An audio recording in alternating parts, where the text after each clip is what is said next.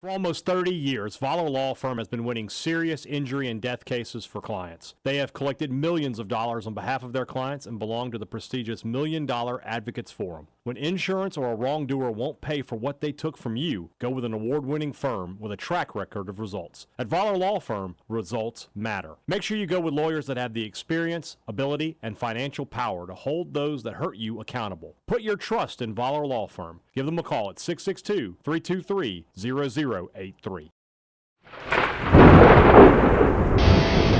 You're listening to Thunder and Lightning on SuperTalk Mississippi, covering Mississippi State sports like nobody else. With Sports Talk Mississippi's Brian Hadad and Robbie Faulk of On3 Sports. Now get ready for Thunder and Lightning.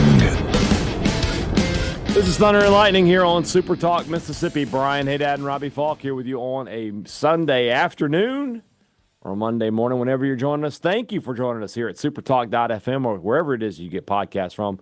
We appreciate you guys out there, our great listeners, especially our servicemen and women out there taking care of us. I want to thank our sponsors over at the Mississippi Beef Council, who want to remind you that beef, it is what's for dinner. If you're cooking out this weekend, nothing beats the sizzle of beef on the grill. If you're enjoying a great Labor Day at home, I hope there are some steaks on the grill for you today. Whatever you're making, beef will always make it better. Beef, it's what's for dinner. Thanks to our friends at the Mississippi Beef Council. College Corner, collegecornerstore.com is the place to find the maroon and white merchandise that you are looking for, and I know that you are looking for it. Great to see so much state script and interlocking MSU down in Hattiesburg on Saturday. The word is out. The new logos are where it's at. If you're still wearing the banner M, you're not doing it right. So go to College Corner today and pick up some new gear. Ridgeland by Fleet Feet, Flow by the Half Shell, or you can always shop online, collegecornerstore.com. Restaurant Tyler, Starkville's flagship restaurant for lunch, dinner, or Sunday brunch. The best meal in town is always at Restaurant Tyler. I will be making a trip to Restaurant Tyler this week. It's been too long since I've been there, and I'm going to go get some lunch there. And Robbie Faulk, I would love to invite you to join me if we can make that happen. We better do that before this weekend. I really love doing it on Sundays. Yeah, but it's going to be. This one is going to be a little different. I think it's going to be tough. Everybody's for the back. crowd. Yeah, that's fine. That's fine. We'll go grab some lunch there one day this week, and we encourage you to do the same. Why? Not just because they sponsor us, just because we're trying to get you to eat at the best restaurant in town. That's Restaurant Tyler. Priority One Bank, 16 locations here to serve you throughout Central Mississippi. Let PriorityOneBank.com be your guide and show you not only how they're going to help you invest and manage your money, but how they're going to help you prepare for the future. Now more than ever, when you have questions about your money, you need answers, you need to talk to a bank that knows you as well as they know your money, a bank that provides personal level of service. That's only what you're going to get at Priority One Bank. Let Priority One Bank make you their priority. Mississippi State 34, Southern Mississippi 17, a game that was in doubt and then was never in doubt, all in the same time. A much better performance from the Bulldogs in the second half, and they put the game away, put it on ice, and moved to 1-0, and now heading right into a massive game at home Saturday night when Arizona State comes to town. What do we think? What do we got to take away from this? Oh, I don't know. Tell them, Faulk. Well, we are so back. Let's go. Yeah. Okay, we have not been able to do it that way in a very long time. And not just because it's been a season, a year almost since we've done the show, because Mississippi State just has not won very often. I hate to interrupt. Okay. But I just got to read you this joke. Somebody on an Alabama board is saying we need to put a hooker or cocaine in DeBoer's in his room, and it says, if DeBoer had a hooker on cocaine in his room, he'd probably talk her to sleep. Oh, my God. Just want to throw that in. Alabama online? I don't know where it is, but that's just funny. I don't care who you are. Continue. Anyways, we've not been able to do the, like we did not. We went through 11 weeks of it last year. Yes. Hoping that's going to be a more prominent feature of the show. Let's hope. We're human beings, Brian. We have proven that time and time again. Yeah. We're not robots. No. So yesterday, before this game, I met Dima Mixon on the sidelines, who did the show last week. Yeah, and good kid. Great guy. Really enjoyed talking to him for the game, and he had kind of asked me my thoughts on it. Tyler Horka's twin brother. He looks like a younger Horka. It's crazy. He looks like Horka's brother. Yeah. His younger brother. Yeah. So anyway, he was asking me my thoughts on the game, and I kind of echoed what I had said on the show for the 3 Ps. I thought it was going to be close in the first half. I told him I thought it would be 17-14, something like that, Mississippi State on top. Mm-hmm. The first half played out exactly like I thought it was going to play out. Mm-hmm. Like maybe not the exact things happening the way that it did, but it was a close game, and State was struggling, and Southern Miss had some juice. And still, you and I and everybody in the fan base, we were all losing our collective you-know-what. Mm-hmm. Because it looked like Mississippi State was just more of the same from last year. I give Jeff Lebby and these players a ton of credit for what happened in the second half. Now, what they did in this game, if you look at it, I actually predicted the score exactly. You nailed it. Yeah. I don't remember if that score I used on the show. I don't think you used it. It was something like that. Yeah. But before the game, when we did our predictions on Maroon and White Daily, my prediction was 34-17. Mm-hmm. So this game played out like I thought it was going to play out. State struggles in the first half. They take care of business in the second half. Southern Miss scores a late touchdown. You said the same thing. Mm-hmm. So I had Southern a little better off. I had State a little worse defensively than they were. Yeah. So I'm not going to just sit here and praise Mississippi State for doing what we thought they would do, but they deserve credit here. They did what they needed to do. State came into this ball game. They needed to come out. They're going up against a team, and I know it's Southern Miss. I know they were 1-11 last year, but this is essentially Marshall's team from last year that won the Sun Belt Championship. They lost some big pieces from that group, but they brought in a ton of players from that team, 20, that helped them win a championship. Mm-hmm. And one of them was Braylon Braxton, who's a very difficult quarterback to defend. And outside of a freak touchdown play in the second quarter, Mississippi State essentially shut him out. They scored a field goal in the first half on a 3-yard drive, basically. On a drive that the defense had nothing to do. They stopped him there after the interception. Right. And then a tip ball that was caught for a touchdown that actually it should have been intercepted by Mississippi State. Outside of that, the only score that they just went and got was with 1 minute left in the ball game against the fourth team Mississippi State defense. Mississippi State did not do this against really anybody last year. Right. They didn't look like this against anyone. And I'm not counting Eastern Kentucky. So no, you're right. The defense looked much improved. They looked deeper. In the first half, they struggled a little bit, and that we can discuss as the show goes on why that might be. But offense, there's obviously some kinks that have to be worked out. But the second half, them kind of sticking to a game plan, figuring things out with a rushing attack, and I think started to look a little more comfortable in the offensive line when they had Albert Reese at right tackle and Jimothy Lewis at left tackle.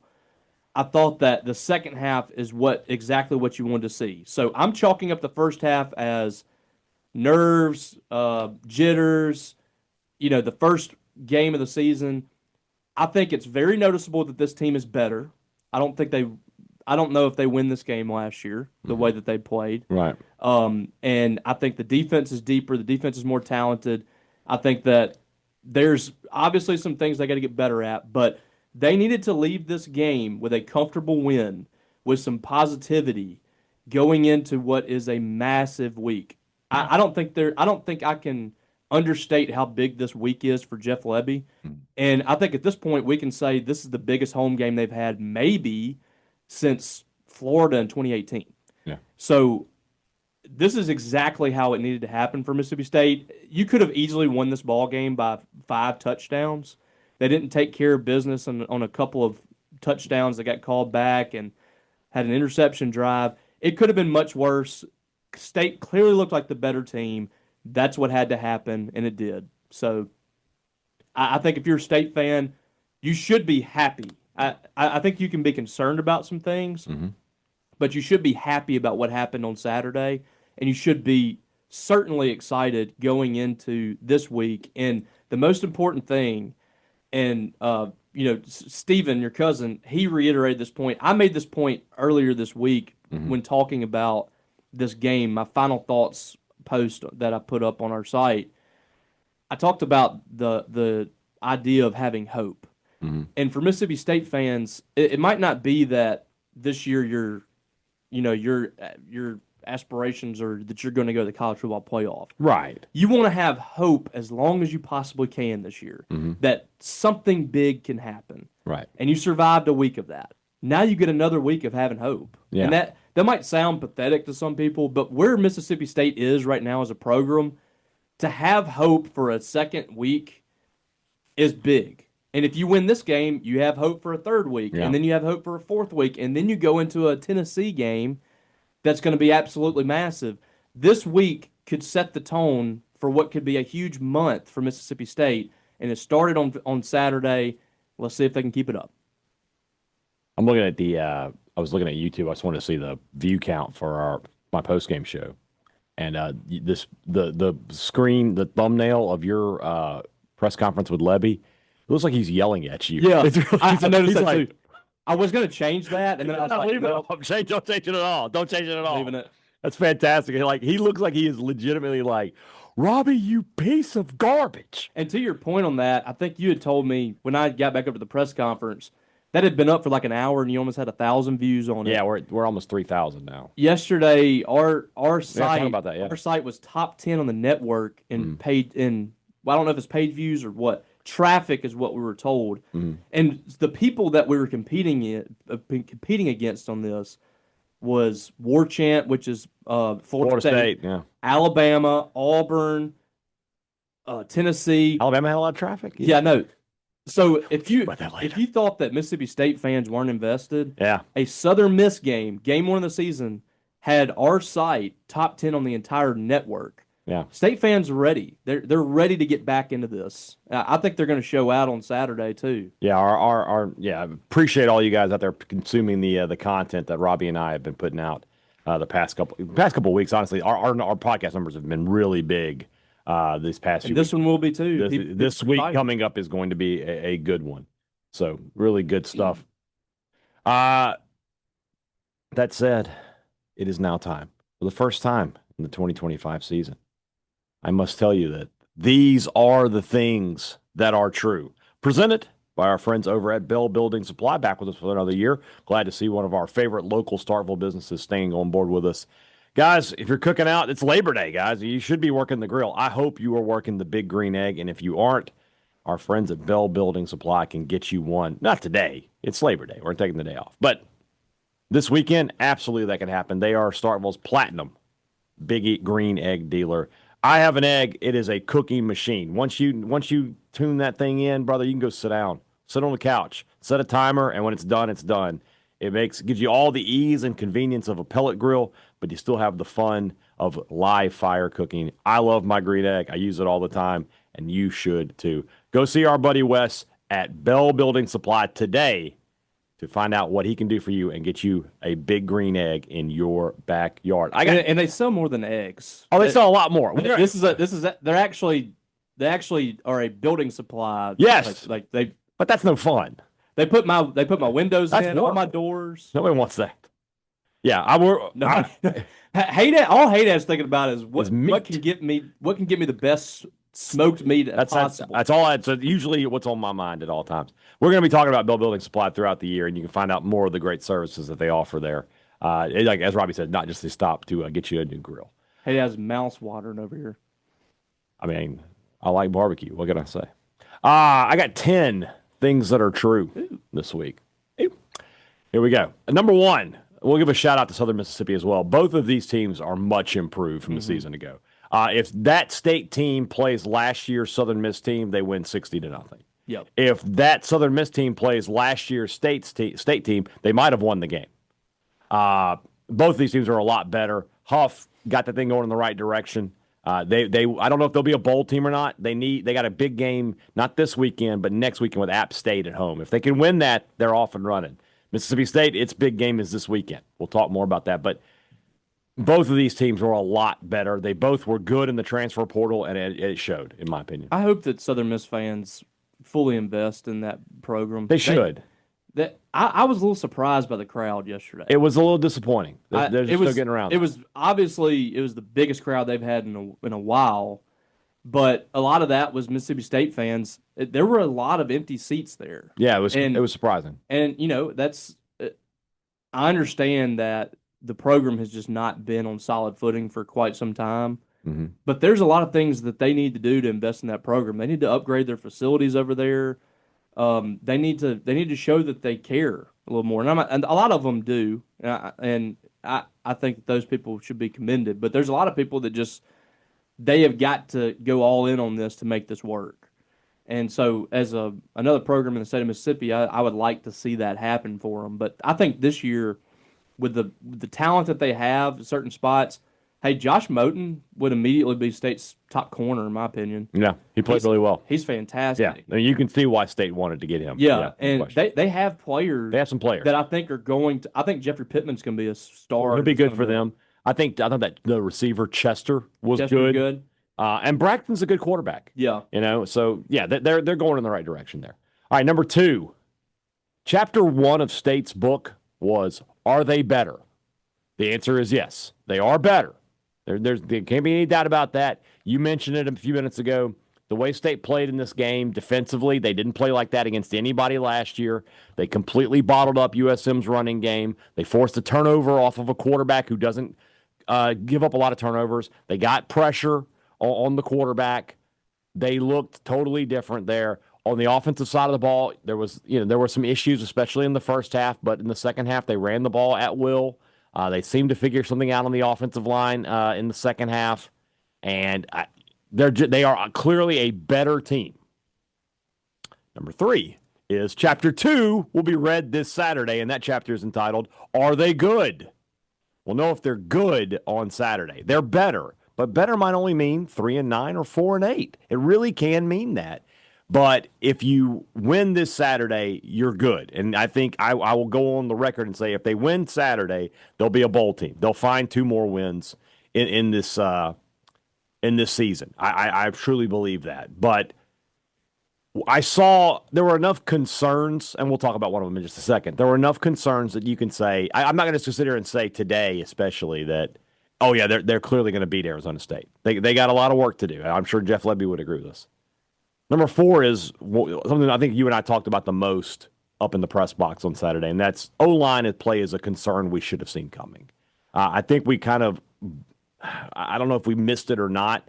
We said we were concerned that these guys were going to gel, and it was obvious that they had not gelled as much as they needed to. The first half – I think it was a concern. We just didn't. We didn't know the depth of it. We didn't highlight it enough, maybe. Well, I think it was always just kind of like, I mean, if the offensive line does this. And they didn't. So I hate to say the play got better after an injury, but they did play better when Steen came out and they moved Albert Reese to right tackle. I think you and I both agreed that Jimothy Lewis at left tackle, he's fine. He's fine. Just let him out there, let him learn, let him grow, and let him develop. Flapjack Owens was like a pretty good player. He was good. I thought Cannon Boone. The interior was fine. The interior was fine. The tackle play was a little shaky, but Reese was better at right tackle than Steen was. But you were asking 2 guys who didn't practice the spring with you to come in and start right away. And they were on the same side of the line too. That was always going to be a problem. I don't know that. Just from me, I don't think that I was emphatic enough of what kind of problem it was going to be. The good news is I think it's fixable. I think they can get better. They played okay at the end of it. They had almost over 400 yards of offense. They can continue to get better.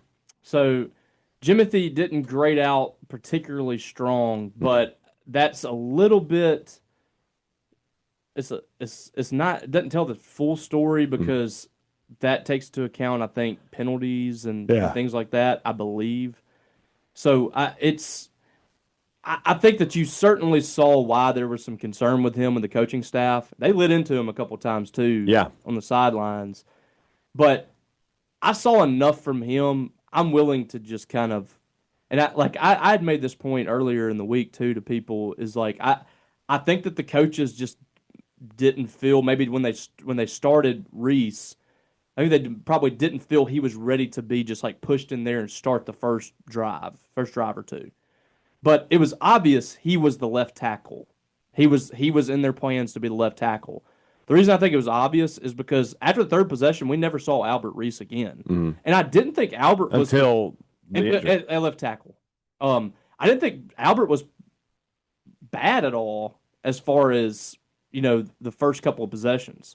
I didn't see a lot of issues with him there. I just think that was kind of like, hey, let's get Albert out there first, let Jimothy watch a couple of possessions, and then we'll get Jimothy in there. And Albert, he actually was one of the top graded guys on the offensive line. Jacoby Jackson was the top graded offensive lineman. Well, actually, Cannon Boone was top graded offensive lineman. The interior I thought was really good. Cannon Boone and Zach Owens and Jacoby Jackson were your top 3 offensive linemen. That's not that big of a stretch. Yeah. And then as you mentioned, the interior. Yes, but Albert had 50 snaps in the ball game, and let's see what Jimothy had. Jimothy had 72. So if you take away what Albert was when Albert came in the game at right tackle, Jimothy was overwhelmingly the guy. Yeah. So I think that it's clear to me that Jimothy's been the plan at left tackle, and maybe he's been a little bit shaky last few weeks, and they wanted to be sure. I don't know if it's to push him a little bit more or to be sure, but from just a pure like technique standpoint and all that stuff, I think he is fine enough to put out there at that position. And this is probably the time to do it with him, to let him get in the fire and things like that. I didn't really know how he'd react to that. It wasn't a great game. It wasn't a great game by any means because he made some mistakes, whipped a couple of times, but from a pure talent standpoint, he's going to be fine. I think they're going to be fine in the middle. They didn't make hardly any changes in the middle in this game. Those guys played for the majority of the ball. Majority of the game. And I thought that they were perfectly fine. They were good. Right tackle and left tackle. Right tackle specifically looks like it might be a bit of a concern if Albert can't perform, but it looks like he's probably going to be. I thought he was really good at right tackle. I don't know what the deal was with Blake Steen. I don't know what that was, but he just did not have a good game. Did not play well.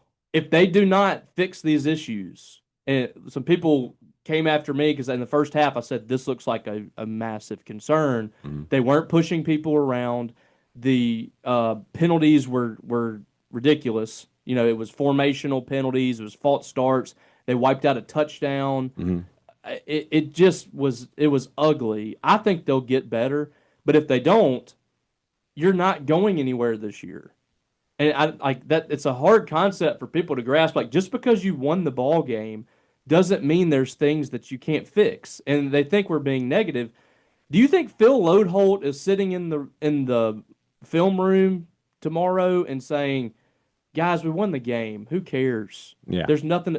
No, Phil Lodeholt is going berserk right now. I can promise you that. They were screaming at Jimothy Lewis on the sidelines after a touchdown. Jeff Lebby spoke about this post-game, about the issues on the offensive line, they had to get that stuff fixed.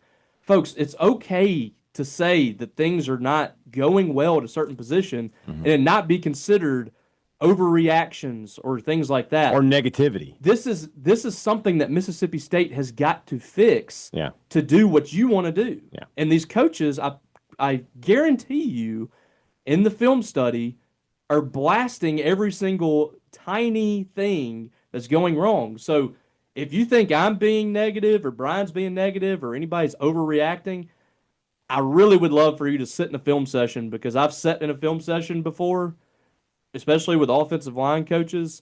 It ain't pretty, even in games where they've dominated. So just understand it was great to get the win, but there were some concerning things in this game with the offensive line, and it's got to get better. Yeah. You got a good running game, but your running game cannot be what you want it to be without this unit being cohesive. They go hand in hand. No and doubt. we cannot. You can't grasp the fact that like all 5 guys have to have cohesion.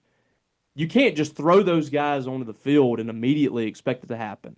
So I fully understand that this has got to play out.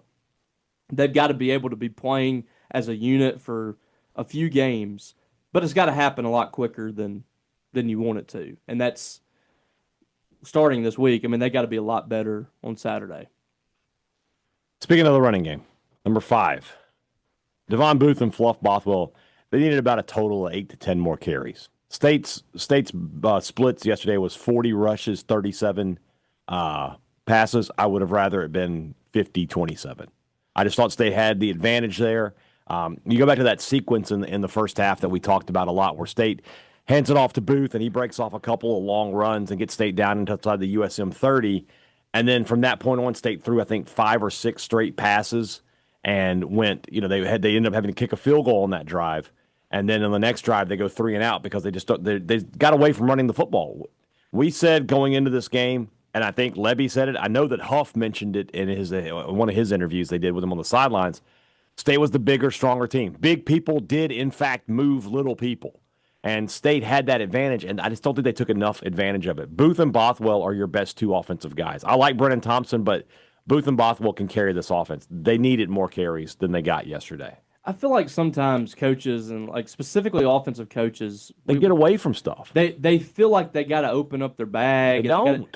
Sometimes you just look at a team and you got to do what Dan Mullen did at Florida in 2010 and just say, hey, maybe I just need to run the ball here. Yeah. And it was that third possession, I think it was, and even Blake Steen was just washing people out on the right side, and they were gashing Southern Miss right down the field. And I think State ended up stalling on that drive because they came out and they were running. It was the field goal drive. They came out and they started throwing screen passes and swing passes and things like that, and you just were gashing them for 10, 12 yards a carry. And I don't want to be the run the dang ball guy, just run up the middle. I understand there's nuances of that conversation. Defenses change their look. Right. They make it. But when you have the physical advantage the way State did yesterday, you can probably overcome even a loaded box most times. Yeah. I mean, at least the next play, let's see if it works again. Yeah, I mean, I'll maybe not run Booth again. He's just broken off 2 good runs. Maybe go give Bothwell a carry.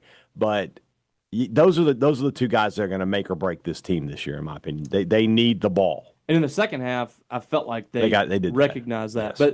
But they definitely, you look at the numbers overall on Saturday and what happened in this game. I mean, Davon Booth rushed 16 times, and Fluff had 10 carries. I just felt like by the fourth quarter, we were going to see Booth and Bothwell and Daniels just absolutely stomping Southern Miss's linebackers and defensive backs and wearing them down. And you just didn't see that as much. It felt like they did increase their usage. But Fluff, I don't know if he even rushed the ball in the first quarter. And I think he had one. They gave him the 3rd series, so I think he got. Yeah, but I don't know if he. Don't know if he had a rush. I'd have to go back and look. Yeah. So it's just a situation where I feel like they did this last year too. They start off the first possession, they have success, and then all of a sudden, they go away from him. Fluff had 1 carry in the first quarter for 2 yards. Yeah. And got to get him going. Davon Booth had 4. Yeah. 39. Yeah. It feels like they get away with something that works. Now, a lot of people said, why didn't they throw the ball down the field more? I think that was an adjustment by Southern Miss. Yeah. I didn't see a lot of those opportunities much after that big play to Seydoux. Yeah. So I give them credit for adjusting. I just didn't see that there. That play is always there. Yes. It's just whether or not you can get the ball to those players. The play that bothered me the most was a lot of the east-west passing, those long passes out to the line of scrimmage. Those will not be there in SEC play. They did that a lot last year. Yeah, too. And they weren't there in SEC play. They just, you're getting a catch for maybe a yard. It's a dangerous play. I just don't know if you have a lot of guys this year that are capable of, like a Kevin Coleman, that are capable of taking those plays and turning those into 50-yard bursts. Thompson looked like he could on that one play. Yeah, Thompson. I don't know how many of those players are there. Anthony Evans, he can do it. He had a couple moments. I thought Aiden Williams, I gave him a couple of easy catches. That you said that in the press box. So that's what he needs. Just get the ball in his hands, let him confidence. So, all right, he dropped that pass earlier. Yeah. So just giving him some intermediate plays where he can just get it in the system. Yeah. Number 6. The biggest elephant in the room for State coming into the season was the defense. They look a lot better. I think 100 yards and 7 of the points were against the 3rd team. You go back to that final drive where USM scores. Braylon Braxton's still in the game for the Golden Eagles, but State's got its 3rd teamers guys. We have freshmen and guys who aren't going to play very much this year. Redshirt candidates were in there. And And, of course, as you mentioned, 3 points for Southern Miss came on a drive that started at the Mississippi State, 25-yard line, something like that? Yeah. And State 3 and out. That's all you can do. That's all you could do as a defense. 2 great defensive plays, by the way. Yeah. Actually, really 3 great defensive plays, but 2 big pass breakups. We'll talk about that. Talk about that in just a second. First, talk about that in just a second of the season. I thought Will Whitson, he looks like the cream of the crop as far as the cream of the crop. Yeah, he's a stud. I mean, 4 tackles, 2.5 tackles for loss, and a sack. That'll play all day long. I think State needs to tighten up some of its rotations. They're playing Southern Mississippi. They knew they were going to win. They could afford to play a bunch of guys. I'd like to see this week maybe that's a little bit tighter. You don't need as many guys. I'll tell you a guy who impressed me and you was DJ Reed. Yeah. No expectations for him whatsoever. He was bullying Southern Mississippi's right tackle the whole time he was in. He put the right tackle in the quarterback's lap 2 plays in a row. Yeah, he put him on skates. And we were both, and I think you and I both said, who is that? And we had to look at the number, and we were like, was not expecting to say his name today. But that's great. I thought the pass rush, I would have liked to see a little bit more. But it was definitely better. It's kind of like the big plays down the field. Yeah. I wonder how much that was Mississippi State's game plan to not push Braxton out of the pocket. Mm-hmm. And I've always hated the, State's saving this. I'm not saying that. I think it was just the game plan that they did not want to pressure Braxton to take off and run, and more so keep him neutralized in the pocket. So I wonder how much of that was playing into it. And I haven't gone back and watched or anything like that, but how many times last year did we watch this team and like the first, like when the team runs the football, the first time you see Mississippi State hit the player was 5 yards past the line of scrimmage. That didn't happen much yesterday. State had a hat on a hat and was getting penetration in the backfield against the run all night long, all day long. They did a really good job of plugging the run yesterday, which was a problem for them last year. As you mentioned, they did not do that against anybody last year. No. We go back to that Eastern Kentucky game. Eastern Kentucky was able to run the football relatively effectively against Mississippi State. Yesterday, Southern Miss could not. And they did it with a 3-man front mostly. Yeah, so I thought run defense was pretty good. They did get some pressure at times. I do wonder how much of that was in the game plan to keep him more in the pocket because he's not so much a great pocket passer. Mm-hmm. And then the coverage, the defensive backfield was fantastic. Let's talk about that. Number 7, there are reactions and then there are overreactions. Let's not overreact and say State's corners are just going to be good all year, but we can react and say they played really well yesterday. I thought Brumfield and Kelly Jones were excellent yesterday. Jones did give up one big catch, but that was a great throw and a great catch down to the goal line. I thought the coverage was there. He just, the guy makes a play. Mossed him. Yeah, I thought by and large they were really, really good for Mississippi State last year yesterday, and that's not something we were expecting. I thought that was going to be a big issue. I thought that they were really good, and especially you think about game time. We find out Jet Jefferson's not going to be able to play. Did you get an update on him afterwards? He didn't say what the injury was or how long he's going to be out, but he made a point to say Luke Work will be back this week. He feels confident he'll be back this week. Mm-hmm. And he did not say that for Jet Jefferson? No. Okay, so we'll see. Jet Jefferson was on a scooter, so he might be out. I don't think this is going to be like season ending or anything like that, but might be out a few weeks. Him rolling around a scooter was not a good sign. Yeah, you don't want that. But I think that we feel a lot more confident in Diego Broomfield. He played really well yesterday. So I'm not going to overreact and say that problem solved or anything like that, but I will react and give them the props that they deserve. I think you can say they played a great game. Yeah, you can.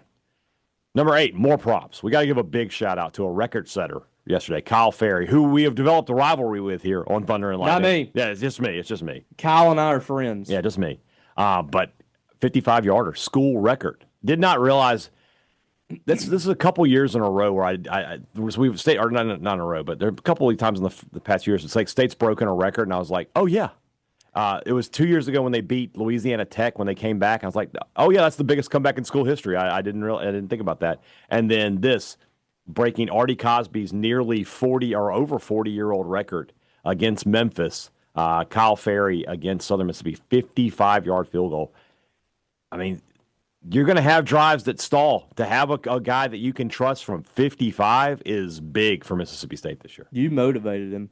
You know what? I don't want to take all of the credit, but I will take some of the credit. I'm going to motivate him too. Last week I tweeted out the depth chart, and I completely missed that the special teams was down at the bottom, and I cut it out just for it just looked better when I cropped it. Mm-hmm.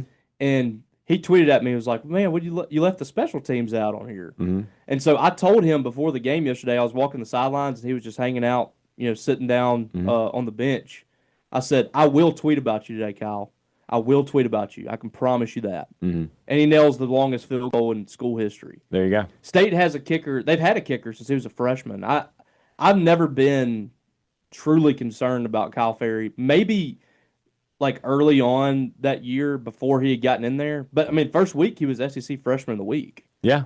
So he's been just super steady. I think he missed one extra point. I got to look, but he should be SEC Special Teams Player of the Week this week, 55-yard field goal. Yeah. School record. He had two field goals and 4 extra points. And that was a record for, at least for an opponent at Southern Miss. Got to be, yeah. In that stadium. Yeah, there you go. Yeah. So, yeah, it was. Look him up, SEC. It was, and it had plenty of room to spare too. I mean, yeah, it was good. It was good. Yeah. He didn't just sneak it over. Number 9. Do you taste that in your mouth right now? You know what that is? That's the sweet taste of hope, brother. It tastes so good on my tongue.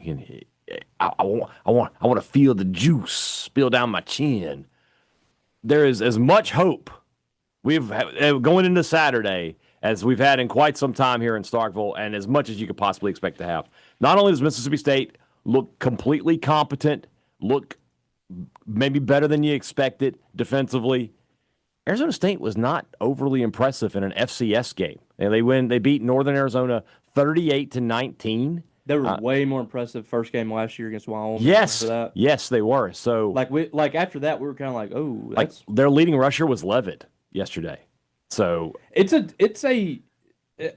I'm not going to sit here and I'm not making undersell them, but I've been saying about Arizona State, like, you can't just short sell the fact that they lost a guy like Cam Scatterboot. Yeah, he rushed for almost 300 yards against Mississippi State. Yeah, like, that's a huge piece gone. So I don't know. I'm going to dive into it a little bit this week. I'm not saying anything. I'm not making a prediction today. I'm just saying, if you want to believe, if you want to have hope, you are more than justified in doing it. Just don't do the we believe thing. Don't do that. No, we're not hashtagging anything here. Number 10, whether you like it or you don't like it, Jeff Lebby's. This is a defining game for Jeff Lebby on Saturday. If he wins this game, he is off and running as Mississippi State's head coach. If he loses this game, loses a close one, there's still a lot of, well, I don't know. I don't know what this is going to be. If he gets blown out, it's going to be a lot of, well, man, maybe not. All right? He can have everybody in his corner. Because if State wins this game, right, obviously they're going to beat Alcorn. And then you're not going to have any worries going into Northern Illinois, right? You'll have shaken off. I brought this up on Sports Talk. So you remember 2016, State loses to South Alabama to start the year, right? And then later that year, they played up at UMass, and that game was closer than it should have been, right? Mm-hmm. Then they played BYU and lost. Then they played Samford, the FCS team, and that game was way closer than it should have been, right? Samford had almost 500 yards of offense. Ugh. And you're just thinking, you're like, we were all expecting State to lose that game. Yeah. And so you're just like, oh my God, this when is it gonna be back to normal? First game of 2017, they played Charleston Southern, and they won 49-0, and you were like, okay, it's all right now. We're gonna be okay. Yesterday's game is similar to that. If State could have gotten one more touchdown, we would be sitting here like, okay, they're okay, they're fine. I still think they're fine, but you can define some stuff pretty early in the season if you can get a win here. And you can put yourself in a position where you're going to be a bowl team if you get a win here. This is a defining game for Jeff Lebby. Don't undersell it. It is a massive game. Yeah. And here's the thing about it from a perception standpoint. Mm-hmm. Everybody, for the most part, in the country starts to change their opinion of you. Mm-hmm. And right now, the opinion of Mississippi State is the same opinion that you and I have had of Vanderbilt for a long time. Mm-hmm. People outside this conference, they think they're and inside it, when they start talking about the worst teams in the SEC and their jokes that they make, you're the butt is the one that's been brought in that conversation. Not Vandy, Kentucky sometimes, not Arkansas, but the State. Yeah. You beat a team on ESPN2 that's a college football playoff team last year. They're top 12 in the country this year with a quarterback coming back that's got a ton of experience, that has a little bit of buzz around him. If you beat that team, people start to talk about you a whole lot differently. And we start to change our opinion of this program too and where Jeff Lebby's going. They have not had a marquee win. No. The last year, and we were talking about the team last year, we had a conversation in the summer about the first-year head coaches. Like, they always had a win, even if their season wasn't great. They always had a win in there that was kind of defining or a marquee win. State did not have that last year. Jeff Lebby was the first guy since before Rocky Felker that didn't have a marquee win in that first season. Sylvester Croom did. Jeff Lebby did not. This would be his first real big win. You know, right now you're hanging your hat on Southern Miss. That's not great. Yeah, you got to have a little bit more. It's time for him to do that. You got this new atmosphere that you're debuting. Fans are excited. I think there's going to be a big crowd there. I would say 50,000 would be a nice 50. number. That would be a good number. I think that'd be a good number for a team that was 2-10 last year. You have a big crowd. Everybody's going to be juiced up. It's national television. You're going to have, people made fun of the LED lights. You're not playing night games. Well, the first game here is a night game, and you got a chance to showcase it. Yeah. So the atmosphere is going to be live. You got a new team. You have a new spirit about you. This would take Mississippi State a long way. And make no mistake about it, they're going to face a lot of adversity this year with the schedule, and they might only win 5 games if they win these first 4. But getting these first 4 here feels so huge for this team moving forward. You're trying to sell your program to recruits, to the transfer portal. You're trying to tell people that you're moving in the right direction. This Saturday is the perfect opportunity to do that.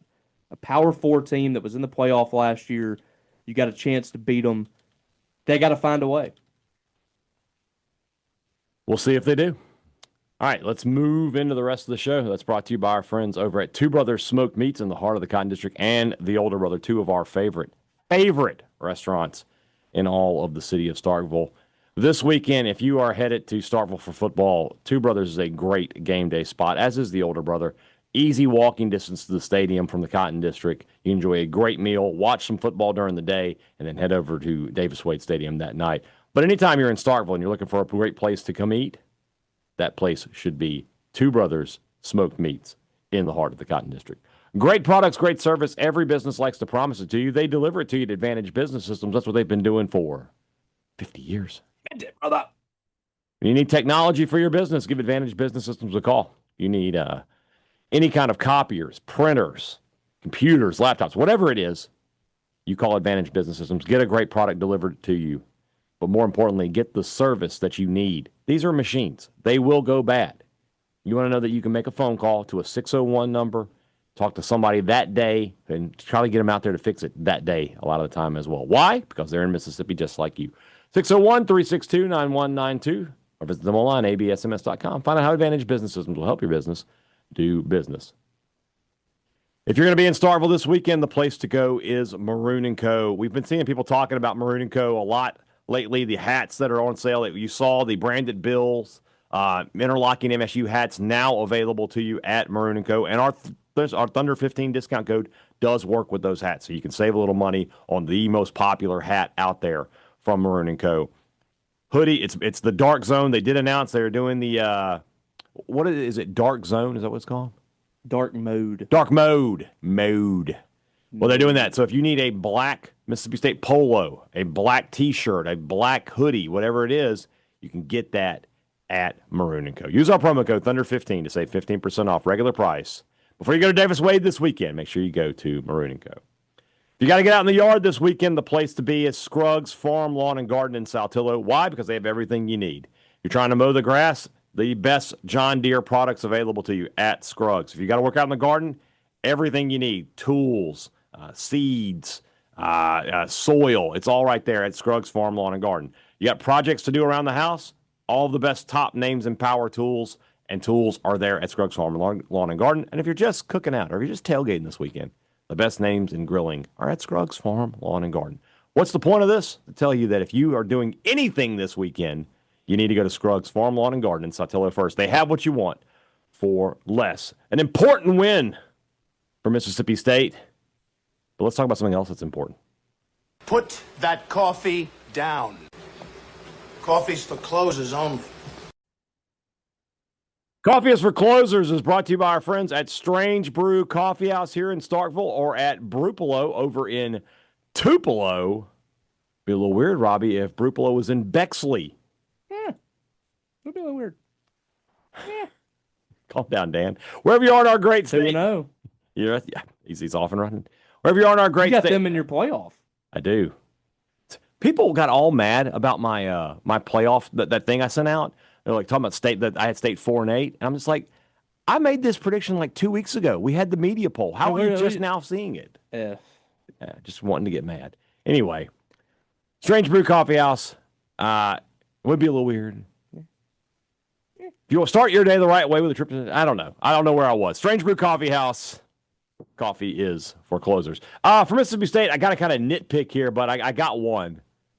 Jet sweeps to tight ends. No coffee for jet sweeps to tight ends. You know what's funny? I had this conversation a few weeks ago with somebody. They were asking, like, have we seen a lot of the jet sweep lefty thing? And we really haven't. And then he runs one to a tight end. Yeah, Don't do that. That I would prefer not. You got other guys. If you're trying to set something up, that's fine. But give the ball to somebody who can actually go around the end with some speed. And I love Seydoux. He had a great game. 5 catches, had a long touchdown. It's just not his. It's just not his thing. Yeah, so in the SEC.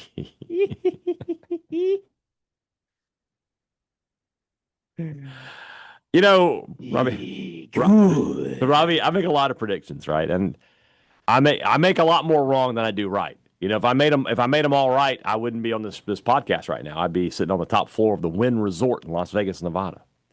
But one thing I said before the start of the season was, I don't know about Alabama. Just don't know. Buddy, I'm going to say something that I haven't been able to say about Alabama in a long, long time. They're soft. They just let Florida State push them around. And Gus Malzahn is the A team of beating Alabama. If you need to beat Alabama, and if you can find him, maybe you can hire Gus Malzahn. Only if you need to beat Alabama, though. Yeah. The other team's not great. But if you need to beat Alabama, you call Gus Malzahn. Washington was a fairly tough physical team, were they not? As I recall. Or was that just Dylan Johnson? Dylan Johnson was Did tough, that make a lot of... That might have been it, yeah. But, like, I feel like their players were pretty physical, tough. Mm-hmm. I mean, it might have just been the fact that the stars aligned and you had Rome at wide receiver and you had Michael Penix and you just had tough guys and that's how it lined up. But I don't think anybody is like super surprised about this, though, other than maybe Alabama fans that just convinced themselves that things were going to continue to be what they were. You don't lose a coach like Nick Saban and just keep chucking along. I don't care how many 5-stars you're recruiting. They were clamoring about their talent, all this stuff.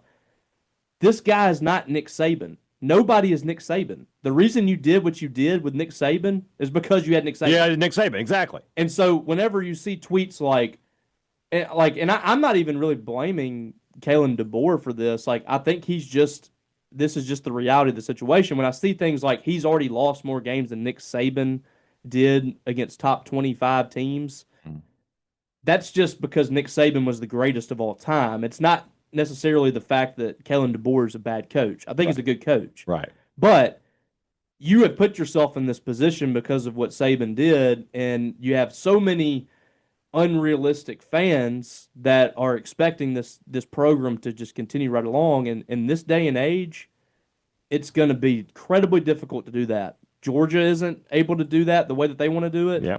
Nobody's going to be like that anymore. it's impossible to do. You're not going to be able to retain your roster in that way. So you're going to have seasons like this, and this could be there could be some tough moments here for Kalen DeBoer, especially when you're not going to play tough.